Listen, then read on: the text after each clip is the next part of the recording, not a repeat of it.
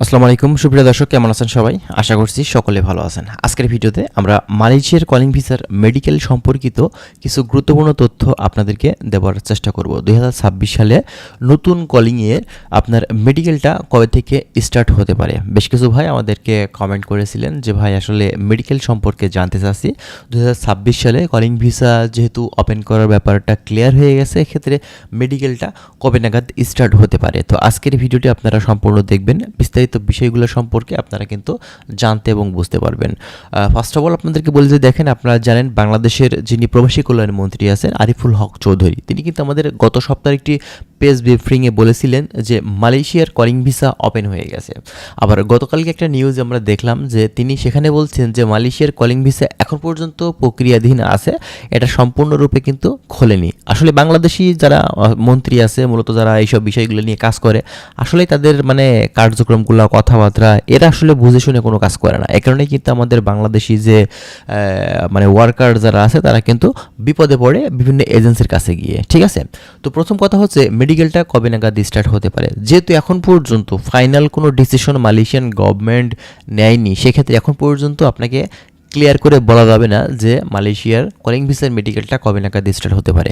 এই যে এই প্রবাসী কল্যাণ মন্ত্রী যিনি আছেন, এনার কথা শুনে অনেক এজেন্সি কিন্তু তোড়জোড় করে বিভিন্ন জায়গাতে আপনার বিভিন্ন প্ল্যাটফর্মে তারা কিন্তু অ্যাড বসার শুরু করেছে। মূলত আপনার হচ্ছে মালয়েশিয়ার কলিং ভিসার কর্মী তারা নিছে, খুব শীঘ্রই মালয়েশিয়াতে কর্মী তারা পাঠাবে, ভিসা পেয়ে যাবে, মেডিকেল শুরু হয়ে গেছে। বিস্তারিত বিষয়গুলো নিয়ে তারা কিন্তু কথা বলছে বা কর্মী নিচ্ছে, পাসপোর্ট নিচ্ছে।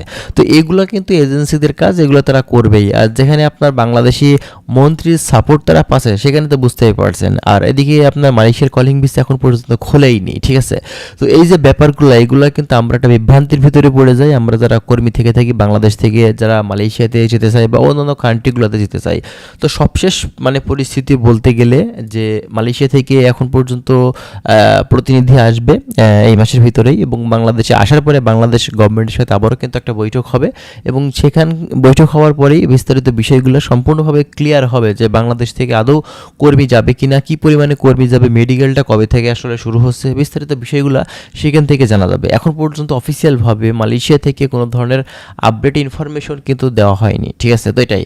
আর সবশেষ যে আপডেটটা পাওয়া গিয়েছিল সেটা হচ্ছে তারেক রহমান যখন সফরে ছিল মালয়েশিয়াতে, তখন কিন্তু তথ্যগুলো পাওয়া গিয়েছিল, সবশেষ আপডেটগুলো। এরপরে কোনো ধরনের নতুন কোনো আপডেট মালয়েশিয়ান গভর্নমেন্ট কিন্তু দেয়নি, বিশেষ করে মালয়েশিয়ার কলিং ভিসা বিষয়। ঠিক আছে, তো মালয়েশিয়া বাংলাদেশ থেকে কর্মী নিবে এ ব্যাপারে কিন্তু একদম শিওর আপনারা থাকতে পারেন। তবে কবে, কখন, কোন সময় এটা নিচ্ছে সে বিষয়ে এখন পর্যন্ত ক্লিয়ার বলা যাচ্ছে না। তবে আমরা আশাবাদী এই মাসের ভিতরে ভালো কিছু নিউজ, ভালো কিছু তথ্য আমরা আপনাদেরকে ইনশাআল্লাহ হয়তোবা দিতে পারবো। তো যাই হোক, যদি মালয়েশিয়া সংক্রান্ত তথ্যগুলো আপনারা পেতে চান আমাদের থেকে, অবশ্যই আপনারা আমাদের চ্যানেলটি সাবস্ক্রাইব করে রাখবেন।